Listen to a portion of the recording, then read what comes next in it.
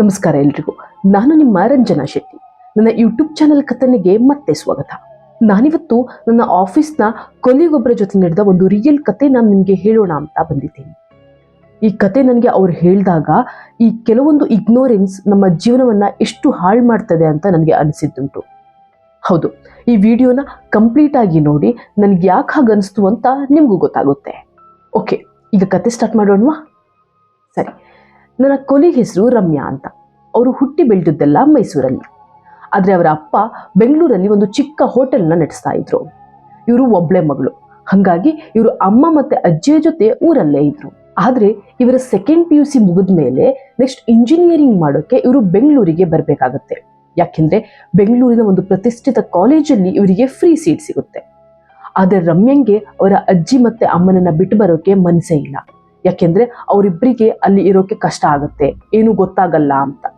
ಕೊನೆಗೆ ಏನೂ ಮಾಡೋಕೆ ಬೇರೆ ಆಪ್ಷನ್ಸ್ ಇಲ್ಲದೆ ಆ ಮನೆಯನ್ನ ಇನ್ನೊಬ್ಬರಿಗೆ ಬಾಡಿಗೆಗೆ ಕೊಟ್ಟು, ಹಾಗೆ ಇವರ ತೋಟವನ್ನ ಕೂಡ ಅವರಿಗೆ ನೋಡ್ಕೊಳ್ಳಕ್ಕೆ ಹೇಳಿ ಅವರು ಬೆಂಗಳೂರಲ್ಲಿ ಬಂದು ಸೆಟ್ಲ್ ಆಗೋ ಪ್ಲಾನ್ ಮಾಡ್ಕೋತಾರೆ. ಊರಲ್ಲಿ ಎಲ್ಲ ಸೆಟ್ಲ್ ಮಾಡಿ ಬ್ಯಾಂಗ್ಳೂರಿಗೆ ಬಂದು ರಮ್ಯಾ ಅವಳ ಕಾಲೇಜ್ಗೆ ಹತ್ರ ಆಗೋ ತರ RR ನಗರಲ್ಲಿ ಒಂದು ಬಾಡಿಗೆ ಮನೆಯನ್ನ ತಗೋತಾರೆ. ಇವರ ಅಪ್ಪ ಮೊದಲು ಅದೇ ಹೋಟೆಲ್ನಲ್ಲಿ ಒಂದು ಚಿಕ್ಕ ರೂಮ್ ನಲ್ಲಿ ವಾಸ ಮಾಡ್ತಾ ಇದ್ರು. ಈಗ ತನ್ನ ಹೆಂಡತಿ ಮತ್ತು ಮಗಳ ಜೊತೆ ಅದೇ ಮನೆಯಲ್ಲಿ ಇರೋಕೆ ಶುರು ಮಾಡ್ತಾರೆ. ಹೀಗೆ ರಮ್ಯಾ ಇಂಜಿನಿಯರಿಂಗ್ ಎಲ್ಲ ಮುಗಿಸಿ ಅವಳಿಗೆ ಒಂದೊಳ್ಳೆ ಕಂಪನಿಯಲ್ಲಿ ಜಾಬ್ ಕೂಡ ಆಗುತ್ತೆ. ಪ್ಯಾಕೇಜ್ ಕೂಡ ತುಂಬಾ ಚೆನ್ನಾಗಿತ್ತು. ಅದು ಅಲ್ಲದೆ ಅವರ ಅಪ್ಪಂದು ಕೂಡ ಹೋಟೆಲ್ ಬಿಸ್ನೆಸ್ ತುಂಬಾ ಚೆನ್ನಾಗಾಗಿ ಅವರು ಇನ್ನೊಂದು ದೊಡ್ಡ ಹೋಟೆಲ್ ಅನ್ನ ಕೂಡ ಓಪನ್ ಮಾಡ್ತಾರೆ. ಹೀಗೆ ಎಲ್ಲ ಚೆನ್ನಾಗಿ ನಡೀತಿರ್ಬೇಕಾದ್ರೆ ರಮ್ಯಾ ಅವರ ಅಪ್ಪ ಬ್ಯಾಂಗ್ಳೂರಲ್ಲೇ ನಾವು ನಮ್ದೊಂದು ಸ್ವಂತ ಮನೆಯನ್ನ ತಗೊಳ್ಳೋಣ ಅಂತ ಹೇಳಿ ರಮ್ಯಾ ಅಮ್ಮ ಹಾಗೂ ಅಜ್ಜಿ ಹತ್ರ ಇದನ್ನ ಡಿಸ್ಕಸ್ ಮಾಡ್ತಾರೆ. ಯಾಕೆಂದ್ರೆ ಸದ್ಯ ಊರಿಗೆ ಹೋಗೋಕ್ಕಾಗೋದಿಲ್ಲ, ಇನ್ನು ಆ ಮನೆಯನ್ನ ಕೂಡ ರೆಂಟಿಗೆ ಕೊಟ್ಟಿದ್ದೀವಿ, ಅವರೇ ತೋಟವನ್ನು ನೋಡ್ಕೊತಾ ಇದ್ದಾರೆ, ಸೊ ನಾವಿನ್ನು ಇಲ್ಲೇ ಇರ್ಬೋದು, ಇನ್ನು ಎಷ್ಟು ದಿನ ಅಂತ ಈ ಬಾಡಿಗೆ ಮನೆಯಲ್ಲೇ ಇರೋದು, ನಮ್ದೇ ಅಂತ ಯಾವ್ದಾದ್ರು ಒಂದು ಸ್ವಂತ ಮನೆ ಇದ್ರೆ ಚೆನ್ನಾಗಿರುತ್ತೆ ಅಂತ ಹೇಳ್ತಾರೆ. ರಮ್ಯಂಗೂ ಕೂಡ ಒಳ್ಳೆ ಸಂಬಳ ಬರ್ತಾ ಇತ್ತು. ಇನ್ನು ಮನೆ ಖರ್ಚೆಲ್ಲ ಊರಿಂದ ಬರ್ತಿದ್ದ ಬಾಡಿಗೆಯಲ್ಲೇ ಅವರ ಅಮ್ಮ ಎಲ್ಲವನ್ನ ನೋಡ್ಕೊತಾ ಇದ್ರು. ಹಾಗಾಗಿ ರಮ್ಯನ ಸಂಬಳಕ್ಕೂ ಹಾಗೆ ಇವರ ಹೋಟೆಲ್ ಬಿಸ್ನೆಸ್ ಅಲ್ಲಿ ಬರ್ತಾ ಇದ್ದ ಇನ್ಕಮ್ಗೂ ಕೂಡ ಯಾವುದೇ ಕಮಿಟ್ಮೆಂಟ್ ಇರಲಿಲ್ಲ. ಅದು ಅಲ್ಲದೆ ಇವರಿಗೆ ಯಾವುದೇ ಸಾಲ ಕೂಡ ಇರಲಿಲ್ಲ. ಹಾಗಾಗಿ ಇದೇ ಬೆಸ್ಟ್ ಟೈಮ್, ಯಾವುದಾದ್ರೂ ಒಂದು ಮನೆ ಮೇಲೆ ಇನ್ವೆಸ್ಟ್ ಮಾಡೋಣ ಅಂತ ರಮ್ಯನು ಕೂಡ ಓಕೆ ಅಂತ ಹೇಳ್ತಾಳೆ. ಒಂದು 2-3 ತಿಂಗಳು ಬ್ರೋಕರ್ ಹತ್ರ ಕೆಲವೊಂದು ಮನೆಗಳನ್ನೆಲ್ಲ ನೋಡಿ ಕೊನೆಗೆ RR ನಗರಲ್ಲೇ ಒಂದು ಡ್ಯೂಪ್ಲೆಕ್ಸ್ ಮನೆಯನ್ನ ಬೈ ಮಾಡ್ತಾರೆ. ಇವರ ಈಗ ಇದ್ದ ಬಾಡಿಗೆ ಮನೆಯಿಂದ ಒಂದು 2 ಕಿಲೋಮೀಟರ್ ದೂರ ಅಷ್ಟೇ ಇರೋದು. ಮನೆಯನ್ನು ನೋಡಿ ಎಲ್ರಿಗೂ ಖುಷಿ ಆಗುತ್ತೆ. ತುಂಬಾ ಸೈಲೆಂಟ್ ಆಗಿರೋ ರೋಡ್, ಜಾಸ್ತಿ ವೆಹಿಕಲ್ಸ್ಗಳು ತಿರುಗಾಡೋದಿಲ್ಲ. ಇನ್ನೊಂದು ಇಂಡಿವಿಜುವಲ್ ಹೌಸ್ ಬೇರೆ, ಹಾಗಾಗಿ ಬೇರೆ ಬಾಡಿಗೆ ಮನೆಯವರು ಇರ್ತಾರೆ ಅನ್ನೋ ರಗಳೆ ಇರೋದಿಲ್ಲ. ಅದು ಅಲ್ಲದೆ ಆ ಮನೆಯನ್ನು ಕೂಡ ರೀಸೆಂಟ್ ಆಗಿ ಕಟ್ಟಿರೋದು. ಸೊ ಇವರೊಂದು ಒಳ್ಳೆ ದಿನ ನೋಡ್ಕೊಂಡು ಹಾಲುಕ್ಸ್ಬೇಕು ಅಂತ ತಯಾರಿ ಮಾಡ್ಕೋತಾ ಇದ್ರು. ಯಾಕೆಂದ್ರೆ ಅವ್ರಿನ್ನೂ ಅದೇ ಮನೇಲಿ ಇರ್ಬೇಕು, ಸೊ ಎಲ್ಲವೂ ಕೂಡ ಸರಿ ಇರ್ಬೇಕು ಅನ್ನೋದೇ ಅವ್ರ ತಲೆಯಲ್ಲಿರೋದು. ಏನೋ ಆಗ್ತಿಲ್ಲ ಅಂದ ತಕ್ಷಣ ಬಿಟ್ಟು ಹೋಗಕ್ಕೆ ಅದು ಬಾಡಿಗೆ ಮನೆ ಅಲ್ವಲ್ಲ, ಸೊ ಎಲ್ಲ ಸರಿಯಾಗಿ ಆಗಲಿ ಅಂತಾನೆ ಓಡಾಡ್ತಾ ಇದ್ರು.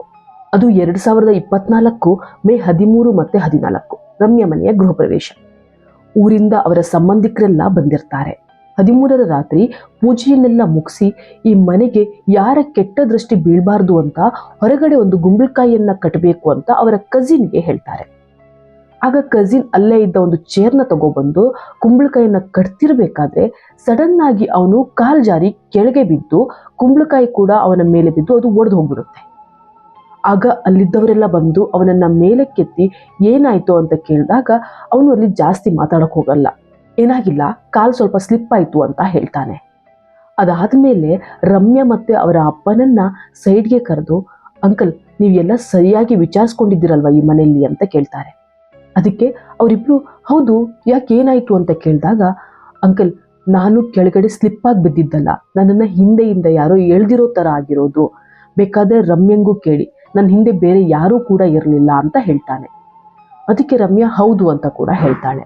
ಆಗ ರಮ್ಯನ ಅಪ್ಪ, ಲೋ ಆ ಥರ ಏನು ಆಗಿರೋದಿಲ್ಲ, ಮೋಸ್ಟ್ಲಿ ನಿನಗೆ ಬ್ಯಾಲೆನ್ಸ್ ಸಿಕ್ಕಿಲ್ವೇನೋ, ಹಾಗಾಗಿನೇ ಹಿಂದೆ ಯಾರೋ ಎಳ್ದಂಗಾಗಿರ್ಬೇಕು, ನೀನು ಅದ್ರ ಬಗ್ಗೆ ಏನು ವರಿ ಮಾಡಬೇಡ, ನಾವು ಊರಲ್ಲಿರೋ ಜ್ಯೋತಿಷಿಗಳ ಹತ್ರ ಈ ಮನೆ ಬಗ್ಗೆ ಕೇಳಿದ್ದೀವಿ, ಅವ್ರು ಏನು ಪ್ರಾಬ್ಲಮ್ ಇಲ್ಲ ಅಂತ ಕೂಡ ಹೇಳಿದ್ದಾರೆ ಅಂತ ಹೇಳ್ತಾರೆ. ಅದಕ್ಕೆ ರಮ್ಯಾ ಕೂಡ ಹೌದಣ್ಣ ಆ ಥರ ಏನಿಲ್ಲ, ನೀನೇನು ಜಾಸ್ತಿ ತಲೆ ಕೆಡ್ಸ್ಕೋಬೇಡ, ಬನ್ನಿ ಹೊರಡೋಣ ಅಂತ ಎಲ್ಲರೂ ಅಲ್ಲಿಂದ ಹೋಗ್ತಾರೆ. ಮರುದಿನ ಬೆಳಿಗ್ಗೆ ಕೂಡ ಸತ್ಯನಾರಾಯಣ ಪೂಜೆ ಆಗುವಾಗ ಒಂದು ಸಲ ಹಚ್ಚಿದ ದೀಪ ಹೋಗುತ್ತೆ. ಅಲ್ಲಿದ್ದವ್ರಿಗೆಲ್ಲ ಒಂಥರ ನೆಗೆಟಿವ್ ಫೀಲ್ ಆದರೂ ಕೂಡ ಏನೋ ಗಾಳಿಗೆ ಆರಿರಬೇಕು ಅಂತ ಅವರವರೇ ಮಾತಾಡ್ಕೊಂಡು ಸುಮ್ಮನಾಗ್ಬಿಡ್ತಾರೆ. ಆದರೆ ಪೂಜೆ ಮಾಡಿದ್ದ ಪೂಜಾರಿಗಳು ಅವರು ಮನೆಗೆ ಹೊರಡುವಾಗ ರಮ್ಯಳ ಪಪ್ಪನನ್ನ ಕರೆದು ಎಲ್ಲ ಸರಿಯಾಗಿ ನೋಡ್ಸಿದ್ಯೇನಪ್ಪ, ಈ ಥರ ಸತ್ಯನಾರಾಯಣ ಪೂಜೆ ಆಗುವಾಗ ದೀಪ ಆರಬಾರ್ದು ಅಂತ ಹೇಳ್ತಾರೆ. ಅದಕ್ಕೆ ರಮ್ಯಳ ಪಪ್ಪ, ಇಲ್ಲ ಪೂಜಾರ್ರೆ, ನಾನು ಎಲ್ಲವನ್ನ ಸರಿಯಾಗಿ ನೋಡ್ಸಿದ್ದೀನಿ, ಆ ಥರದ್ದೇನು ಪ್ರಾಬ್ಲಮ್ ಇಲ್ಲ ಅಂತ ಹೇಳಿದಾಗ ಅವರು ಅಲ್ಲಿಂದ ಹೊರಡ್ತಾರೆ. ನಂತರ ಗೃಹ ಪ್ರವೇಶ ಎಲ್ಲ ಚೆನ್ನಾಗಿ ನಡೆಯುತ್ತೆ. ಎಲ್ಲರೂ ಮಧ್ಯಾಹ್ನ ಊಟ ಮುಗಿಸ್ಕೊಂಡು ಹೊರಡ್ತಾರೆ. ಕೆಲವೊಂದು ಸಂಬಂಧಿಕರು ಆ ದಿನ ಅವರ ಮನೆಯಲ್ಲೇ ಇದ್ದು ಮರುದಿನ ಹೋಗ್ತಾರೆ. ಫಂಕ್ಷನ್ ಎಲ್ಲ ಆಗಿ 1-2 ದಿನ ಇವರಿಗೆ ಮನೆಯೆಲ್ಲ ಕ್ಲೀನ್ ಮಾಡಿ ಫರ್ನಿಚರ್ ಎಲ್ಲ ಜೋಡಿಸೋದೇ ಆಗಿತ್ತು. 3ನೇ ದಿನಕ್ಕೆ ಎಲ್ಲ ಸೆಟ್ ಆಗಿರುತ್ತೆ. ರಮ್ಯಾ ಆಫೀಸ್ಗೆ ಹೋಗ್ತಾಳೆ, ಅವರ ಅಪ್ಪ ಹೋಟೆಲ್ಗೆ ಹೋಗ್ತಾರೆ. ಮನೆಯಲ್ಲಿ ಆಸ್ ಯೂಶುವಲ್ ಅಮ್ಮ ಮತ್ತೆ ಅಜ್ಜಿ. ಅವತ್ತು ಮಧ್ಯಾಹ್ನ ಒಂದು 3 ಗಂಟೆಯ ಹೊತ್ತಿಗೆ ರಮ್ಯಳ ಅಜ್ಜಿ ಮತ್ತೆ ಅವರ ಅಮ್ಮ ಟಿವಿ ನೋಡ್ಕೊಂಡು ಕೂತಿದ್ರು. ಆಗ ಸಡನ್ ಆಗಿ ಬಾಲ್ಕನಿಯಿಂದ ಒಂದು ಸೌಂಡ್ ಕೇಳುತ್ತೆ. ಇವಾಗ ಯಾರಾದ್ರೂ ಜೋರಾಗಿ ಡೋರ್ನ ಎಳ್ಕೊಂಡು ಹೋದಾಗ ಆ ಸೌಂಡ್ ಯಾವ ರೀತಿ ಬರುತ್ತಲ್ವಾ, ಅದೇ ರೀತಿಯ ಸೌಂಡ್. ಆಗ ರಮ್ಯಳ ಅಮ್ಮ, ಅಯ್ಯೋ ಇವಳು ಬಾಲ್ಕನಿ ಡೋರೇ ಹಾಕಿಲ್ಲ ಅನ್ಸುತ್ತೆ, ಆಗ್ಲೇ ಬಟ್ಟೆ ಒಣಗ್ಸೋಕ್ ಹೋಗಿದ್ಲು ಅಂತ ಗೊಂಡ್ಕೊಂಡು ಸೀದಾ ಡೋರ್ ಹಾಕಿ ಬರೋಣ ಅಂತ ಬಾಲ್ಕನಿ ಕಡೆ ಹೋಗ್ತಾರೆ. ಅದೇ ಬಾಲ್ಕನಿ ಹತ್ರ ಹೋಗಿ ನೋಡಿದಾಗ ಆ ಡೋರ್ ಲಾಕ್ ಆಗಿತ್ತು. ಹಾಗಾದ್ರೆ ಇವಳ ರೂಮ್ ಡೋರ್ ಏನೋ ಅಂತ ಹೋಗಿ ಅಲ್ಲಿ ಹೋಗಿ ನೋಡ್ತಾರೆ. ಅಲ್ಲಿನೂ ಕೂಡ ಇವಳ ಡೋರ್ ಲಾಕ್ ಆಗಿತ್ತು. ಬಾತ್ರೂಮ್ ಡೋರ್ ಎಲ್ಲ ಚೆಕ್ ಮಾಡ್ತಾರೆ, ಯಾವುದೇ ಡೋರ್ ಕೂಡ ಓಪನ್ ಇರಲಿಲ್ಲ, ಎಲ್ಲವೂ ಹೊರಗಡೆಯಿಂದನೇ ಲಾಕ್ ಆಗಿತ್ತು. ಹಾಗಾದ್ರೆ ಯಾವ ಡೋರ್ ಸೌಂಡ್ ಬರ್ತಿರೋದು ಅಂತ ರಮ್ಯನ ಅಮ್ಮನಿಗೆ ಸ್ವಲ್ಪ ಕನ್ಫ್ಯೂಸ್ ಆಗುತ್ತೆ. ಸರಿ ಏನೋ ಅಂತ ಅನ್ಕೊಂಡು ಅವರು ಸೀದಾ ಮತ್ತೆ ಕೆಳಗಡೆ ಬಂದು ಸೀರಿಯಲ್ ನೋಡ್ಕೊಂಡು ಕೂತ್ಕೊಂಡಿದ್ರು. ಒಂದು 10 ನಿಮಿಷ ಆದ್ಮೇಲೆ ಮತ್ತೆ ಅದೇ ಸೌಂಡ್ ಕೇಳಿಸುತ್ತೆ. ಆಗ ರಮ್ಯಳ ಅಮ್ಮ ಅವರ ಅಜ್ಜಿ ಹತ್ರ, ನಾನು ಚೆಕ್ ಮಾಡ್ಕೊಂಡು ಬಂದಿದ್ದೀನಿ, ಎಲ್ಲ ಡೋರ್ ಲಾಕ್ ಆಗಿದೆ, ಮತ್ತೇನ್ ಸೌಂಡ್ ಕೇಳಿಸ್ತಿದೆ ಅಂತ ಅಂದಾಗ ರಮ್ಯಳ ಅಜ್ಜಿ, ನಡಿ ನಾನು ಬರ್ತೀನಿ, ಹೋಗಿ ನೋಡ್ಕೊಂಡು ಬರೋಣ ಅಂತ ಇಬ್ರು ಮೇಲ್ಗಡೆ ಹೋಗ್ತಾರೆ. ಮೇಲ್ ಹೋಗಿ ನೋಡಿದ್ರೆ ಆ ಬಾಲ್ಕನಿಯ ಡೋರ್ ಓಪನ್ ಆಗಿತ್ತಂತೆ. ಆಗ ಅವರ ಅಜ್ಜಿ, ಎಲ್ಲೇ ನೀನ್ ಡೋರ್ ಲಾಕ್ ಮಾಡಿದ್ದೀನಿ ಅಂತ ಹೇಳ್ದೆ, ಈ ರೀತಿ ಓಪನ್ ಆಗೇ ಇದ್ರೆ ಇನ್ನೇನಾಗುತ್ತೆ ಸೌಂಡ್ ಬರ್ದೆ, ಸರಿ ಅದನ್ನ ಕರೆಕ್ಟಾಗಿ ಹಾಕ್ಬಿಟ್ ಬಾ ಅಂತ ಹೇಳ್ತಾರೆ. ರಮ್ಯಳ ಅಮ್ಮ ಅವ್ರ ಹತ್ರ ಎಷ್ಟೇ ವಾದ ಮಾಡಿದ್ರು ಕೂಡ ಅವರು ಕೇಳಿಸ್ಕೊತಾನೆ ಇರಲ್ಲ. ಇಲ್ಲ ನೀನೇನು ಕನ್ಫ್ಯೂಸ್ ಅಲ್ಲಿ ಮರ್ತಿರ್ತೀಯ, ಡೋರ್ ಲಾಕ್ ಮಾಡಿದ್ರೆ ಅದು ಹೆಂಗ್ ಓಪನ್ ಆಗುತ್ತೆ ಅಂತ ಹೇಳಿ ಅವರು ಸೀದಾ ಕೆಳಗಡೆ ಹೋಗ್ತಾರೆ. ರಮ್ಯನ ಅಮ್ಮಂಗೆ ಸ್ವಲ್ಪ ಟೆನ್ಷನ್ ಆಗಕ್ಕೆ ಶುರುವಾಗುತ್ತೆ. ಯಾಕೆಂದ್ರೆ ಅವರು ಫಸ್ಟ್ ಟೈಮ್ ಬಂದಿದ್ದಾಗ ಆ ಬಾಲ್ಕನಿ ಡೋರ್ ಮತ್ತೆ ಅವರ ರೂಮ್ ಡೋರ್ ಎರಡೂ ಕೂಡ ಲಾಕ್ ಆಗಿದೆಯಾ ಅಂತ ಅದನ್ನ ಒಂದ್ಸಲ ಪುಷ್ ಮಾಡಿ ಕೂಡ ಕನ್ಫರ್ಮ್ ಮಾಡ್ಕೊಂಡು ಹೋಗಿದ್ರು. ಹಂಗಿದ್ದಾಗ ಈ ಡೋರ್ ಮತ್ತೆ ಹೆಂಗ್ ಓಪನ್ ಆಗೋಕೆ ಸಾಧ್ಯ ಅಂತ ಅವರು ಅದೇ ಯೋಚನೆ ಮಾಡಿಕೊಂಡು ಸೀದಾ ಬಾಲ್ಕನಿಗೆ ಹೋಗ್ತಾರೆ. ಬಾಲ್ಕನಿಯಲ್ಲಿ ಹೋಗಿ ನೋಡಿದಾಗ ರಮ್ಯನ ಅಮ್ಮಂಗೆ 1-2 ನಿಮಿಷ ಮಾತೇ ಬರೋದಿಲ್ಲ. ಇವರ ಮನೆ ಇದ್ದಿದ್ದು 3 BHK. 2 ರೂಮ್ ಕೆಳಗಡೆ ಇದ್ರೆ 1 ರೂಮ್ ಮೇಲ್ಗಡೆ ಇತ್ತು. ಆ ರೂಮ್ನ ಎದುರುಗಡೆನೆ ಈ ಬಾಲ್ಕನಿ ಇದ್ದಿತ್ತು. ಆ ರೂಮ್ನ ರಮ್ಯಾ ತಗೊಂಡಿದ್ಲು. ಹಂಗಾಗಿ ಅವಳು ಆ ಬಾಲ್ಕನಿಯಲ್ಲಿ ಸ್ವಲ್ಪ ಆಸ್ಥೆಟಿಕ್ ಆಗಿ ಕಾಣಿಸ್ಲಿ ಅಂತ ಒಂದಷ್ಟು ಪಾಟ್ಗಳನ್ನೆಲ್ಲ ಜೋಡಿಸಿದ್ಲು. ರಮ್ಯನ ಅಮ್ಮ ಆ ಬಾಲ್ಕನಿಗೆ ಹೋಗಿ ನೋಡಿದಾಗ ಅಲ್ಲಿದ್ದ ಅಷ್ಟು ಪಾಟ್ಗಳು ಒಡೆದು ಹೋಗಿದ್ವು. ಅವರಿಗೆ ಇದನ್ನ ನೋಡಿ ತುಂಬಾ ಗಾಬರಿ ಆಗುತ್ತೆ. ಯಾಕೆಂದ್ರೆ ನಮ್ಮ ಬಾಲ್ಕನಿಗೆ ಅಷ್ಟು ಈಸಿಯಾಗಿ ಯಾರಿಗೂ ಹತ್ಕೊಂಡು ಬರೋಕ್ಕಾಗೋದಿಲ್ಲ. ಯಾವುದಾದ್ರೂ ಬೆಕ್ಕೋ ಇಲಿನೋ ಬಂತು ಅಂದ್ರೆ ಇಷ್ಟಿಷ್ಟು ದೊಡ್ಡ ಪಾಟ್ಗಳನ್ನ ಅವಕ್ಕೆ ಒಡೆದು ಹಾಕೋಕ್ಕಾಗೋದಿಲ್ಲ.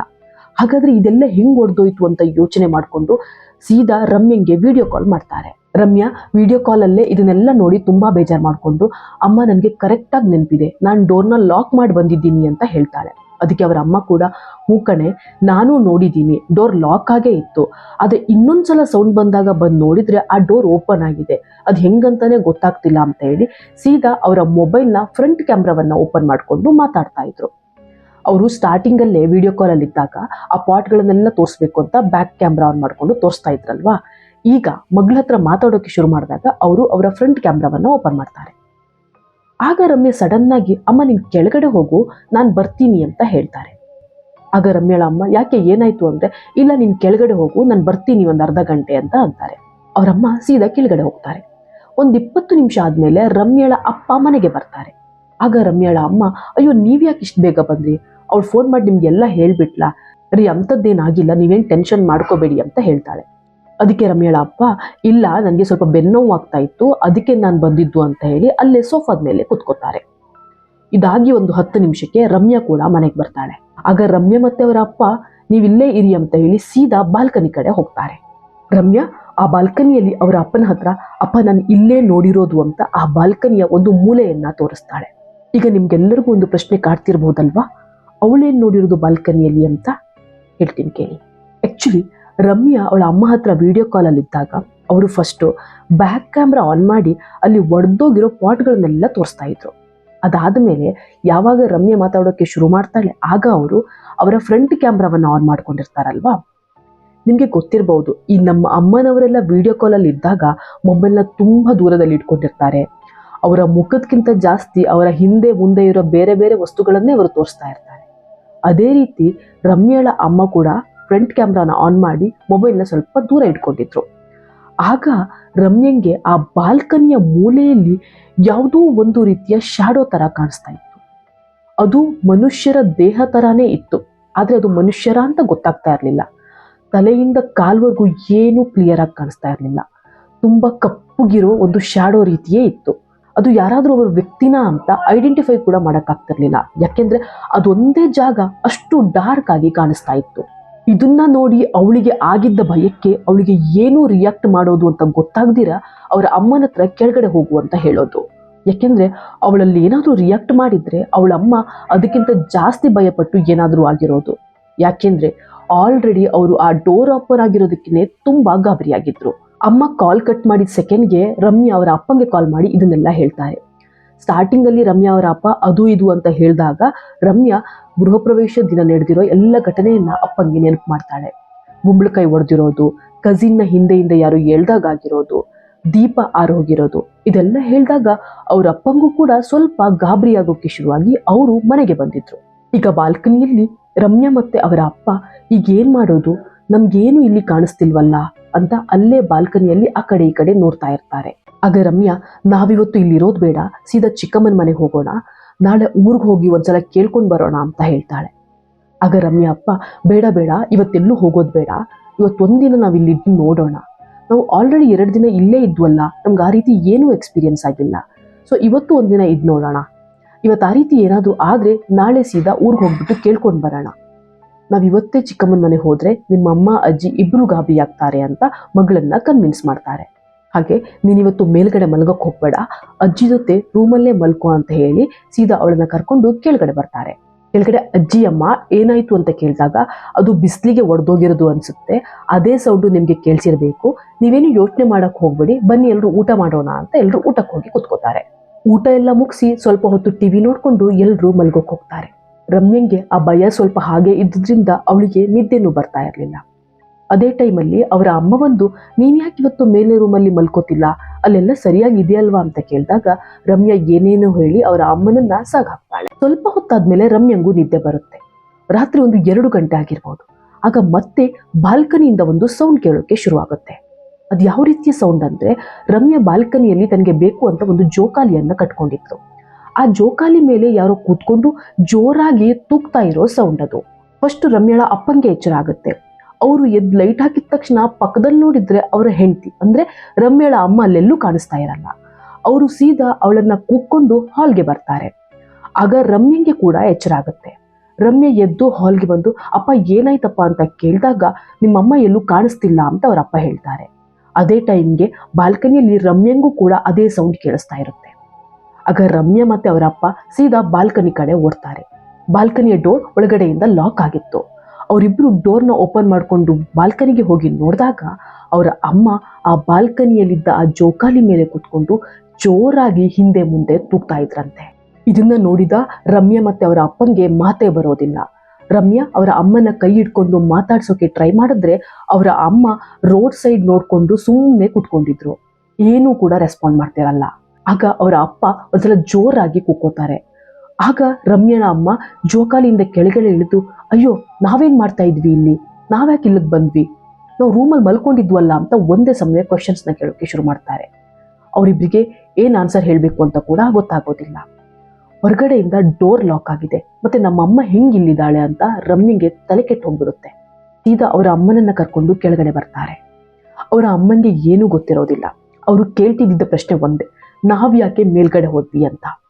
ಹಾಲಲ್ಲಿದ್ದ ಸೋಫಾದ ಮೇಲೆ ಅವರ ಅಮ್ಮನನ್ನ ಕೂರಿಸಿ ಅವರಿಗೆ ನೀರನ್ನ ಕೊಡ್ತಿರ್ಬೇಕಾದ್ರೆ ಸಡನ್ ಆಗಿ ಅವರ ಮನೆಯ ಹೊರಗಡೆ ಇದ್ದ ಗೇಟನ್ನ ಯಾರೋ ಜೋರಾಗಿ ಹಿಡ್ಕೊಂಡು ಅಲುಗಾಡಿಸ್ತಾ ಇರೋ ಸೌಂಡ್ ಕೇಳಿಸುತ್ತೆ.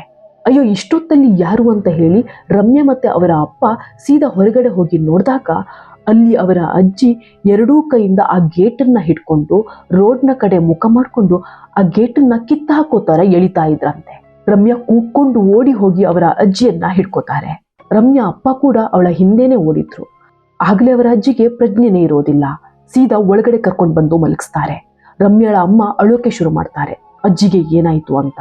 ಇನ್ನು ನಾವು ಇಲ್ಲೇ ಇದ್ರೆ ನಮ್ಮ ಪ್ರಾಣಕ್ಕೆ ಏನಾದರೂ ಆಗ್ಬಹುದು, ನಾವು ಫಸ್ಟು ಚಿಕ್ಕಮ್ಮನ ಮನೆಗೆ ಹೋಗೋಣ ಅಂತ ಹೇಳಿ ರಮ್ಯಾ ಅವಳ ಅಪ್ಪನ ಹತ್ರ ಕಾರ್ನ ತೆಗಿಯೋಕೆ ಹೇಳ್ತಾಳೆ. ಅವರು ಮನೆ ಲೈಟ್ ಎಲ್ಲ ಆಫ್ ಮಾಡಿ ಡೋರ್ನ ಲಾಕ್ ಮಾಡಿ ಗೇಟಿಂದ ಹೊರಗಡೆ ಬಂದು ಎಲ್ಲರೂ ಕಾರ್ ಒಳಗಡೆ ಕೂತ್ಕೊಂಡಿದ್ರು.